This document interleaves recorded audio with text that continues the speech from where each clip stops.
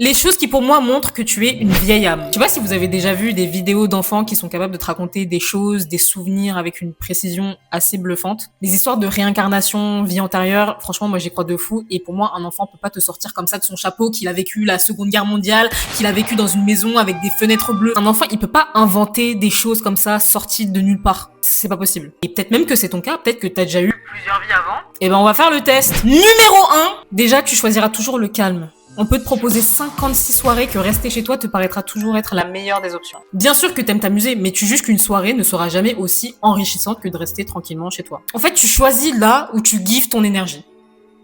Simple. 3 points vieille âme, ça.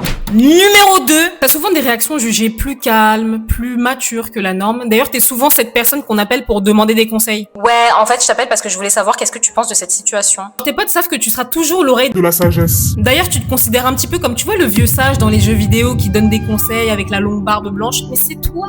It's you. Tu es cette personne. 4 points vieille âme, ça. Effectivement, des signes qui trompent pas. Numéro 3. Si dans ton groupe de potes, on t'appelle toujours le vieux, la vieille, mamie, sans aucune raison, 3 points. Qu'est-ce que tu veux que je te dise? C'est ce que tu gives. Numéro 4. T'es pas effrayé par le morbide. Genre, la mort, ça t'effraie pas plus que ça. T'as pas hâte.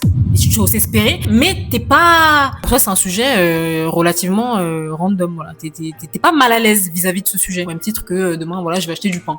Voilà.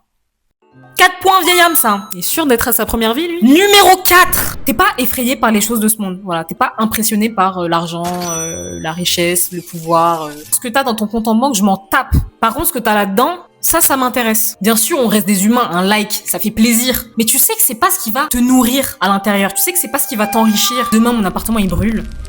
Qu'est-ce que je vais retenir, tu vois? Je vais pas me dire, ah, mon sac. What the hell? Par contre, créer un souvenir, programmer un voyage, voilà, ça va plus susciter un intérêt chez toi. Maintenant, un collier que je peux perdre dans 2 jours, même s'il vaut 15 000 balles.